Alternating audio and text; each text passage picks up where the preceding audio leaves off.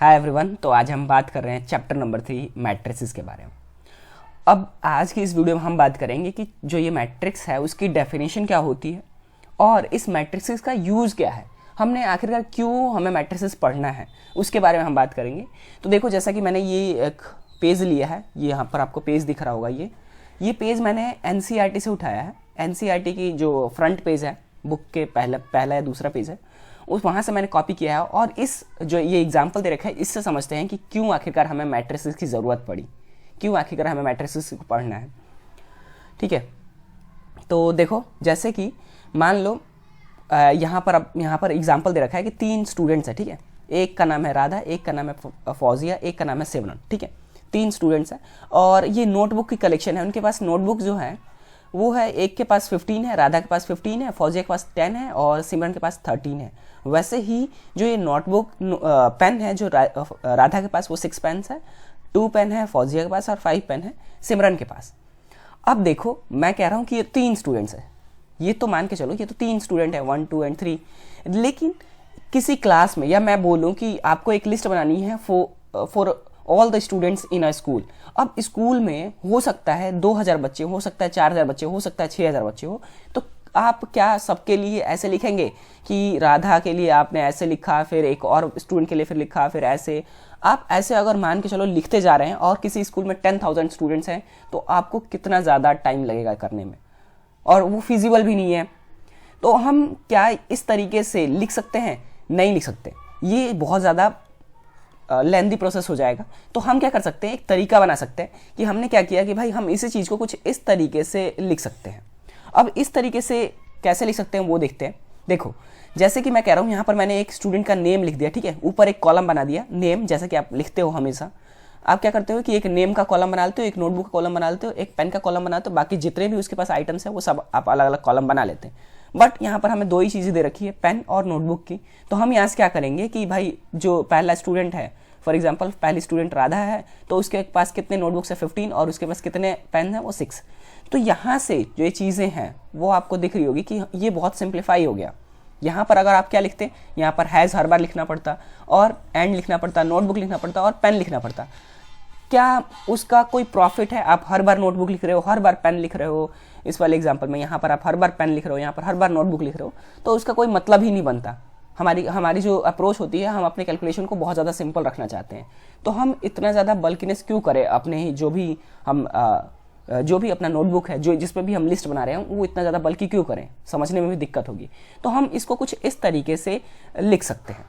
अब इसी चीज़ को हम क्या कर सकते हैं भाई, हम इस तरीके से भी लिख सकते हैं। अब ये देखो, हमने क्या किया कि रो और कॉलम में डिवाइड, अब रो और कॉलम में इसको बांट दिया। देखो, जैसे कि ये क्या है, ये रो बोलते हैं इसको, हॉरिजॉन्टल चीज़ को, हॉरिजॉन्टल में एक रो, और ये जो वर्टिकल होते हैं इनको कॉलम बोलते हैं। ठीक है, आपको समझ में आ रहा होगा, वर्टिकल वाले कॉलम और ये रो। ठीक है, तो आपको यहाँ पर दिख रहा होगा ये फर्स्ट रो जो है, फर्स्ट रो क्या बता रहा है कि फर्स्ट स्टूडेंट के पास ये जो कॉलम है, ये नोटबुक, ये जो कॉलम है ये क्या बताता है, नोटबुक का कॉलम है, और ये जो कॉलम है ये किसका है, पेन का कॉलम है। ठीक है, ये नोटबुक का, ये पेन का। अब इससे आपको समझ में आ रहा होगा कि जो ये 15 और 6, यहाँ पर अगर आप इस तरीके से देखें, आप रो वाइज अगर देखें, तो ये जो कलेक्शन है वो क्या है, एक स्टूडेंट का है। ये किसका कलेक्शन है, ये राधा के पास कितने नोटबुक्स हैं और कितने पेन हैं उसका कलेक्शन है। और आप कॉलम वाइज देखेंगे तो आपको अलग अलग चीज़ें दिख जाएगी कि किसके पास कितनी नोटबुक्स है और कितने पेन हैं, वो आपको कॉलम वाइज दिख जाएगा कि ये नोटबुक्स हैं इन सबके पास और ये पेन है इन सबके पास।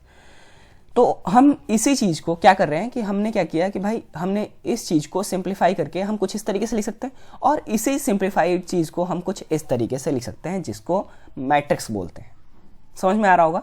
तो यहाँ पर देखो, आप अगर नीचे वाले में देखते हो, जैसे कि अगर आप यहाँ पर देखो, ठीक है, यहाँ पर तो आपको दिख रहा होगा कि 3 स्टूडेंट्स हैं। आप इस चीज़ को इस तरीके से भी लिख सकते हो कि मान के चलो मैंने क्या लिखा है कि पहला जो रो है वो पेन का बना, नोटबुक का बना लिया, और जो पहला कॉलम, जो दूसरा रो है वो पेन का बना लिया, और जो स्टूडेंट्स है वो कॉलम वाइज हो गए। ये भी हो सकता है, कोई दिक्कत नहीं है। हम इसी चीज़ को हम थोड़ा सा चेंज कर सकते हैं, जो रो में है उसको कॉलम में इंटरचेंज कर दिया हमने। अब अगर आप ऐसे देखोगे, कॉलम वाइज देखोगे अगर आप, तो कॉलम वाइज आपको क्या दिखेगा कि एक स्टूडेंट के पास कितने नोटबुक और कितने पेन हैं। लेकिन अगर आप एक रो वाइज अब देखोगे आप, तो आपको दिखेगा कि हर बच्चे के पास कितनी कितनी नोटबुक्स हैं, हर बच्चे के पास कितनी कितनी पेन है, वो आपको दिख रहा होगा। अगर मैं यहाँ पर देखूँ, ठीक है, मैं एक बार और दिखाता हूँ आपको, यहाँ से समझते हैं। जैसे कि अगर आप ऊपर वाले में देखो, ठीक है, एक बार इरेज कर देते हैं इसको। अब अगर इसी चीज़ को देखते हैं, देखो जैसे कि मैंने ये लिखा था, कुछ इस तरीके से लिखा था हमने, ठीक है, कि राधा, ये जो स्टूडेंट्स हैं कुछ इस तरीके से है। हमने स्टूडेंट को कॉलम वाइज ले रखा था, कि मतलब सॉरी रो वाइज, कि एक रो में पहला स्टूडेंट है उसको हम पहले रो के जितने भी पहले रो में उसके जितने भी आइटम्स है उसके पास, उसको हमने डिफाइन कर दिया। वैसे ही ये सेकंड स्टूडेंट है, लेकिन हम इसी चीज़ को हमने क्या किया कि भाई हमने इंटरचेंज कर दिया। हम इसी चीज़ को कुछ इस तरीके से लिख सकते हैं।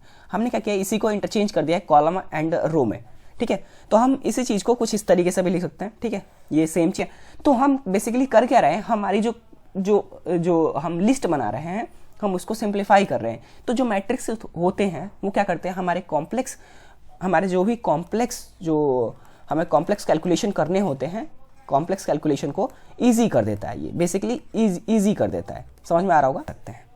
तो इसकी एक बार डेफिनेशन देखते हैं। डेफिनेशन क्या कहता है कि एक matrix is an ordered rectangular array of numbers and functions.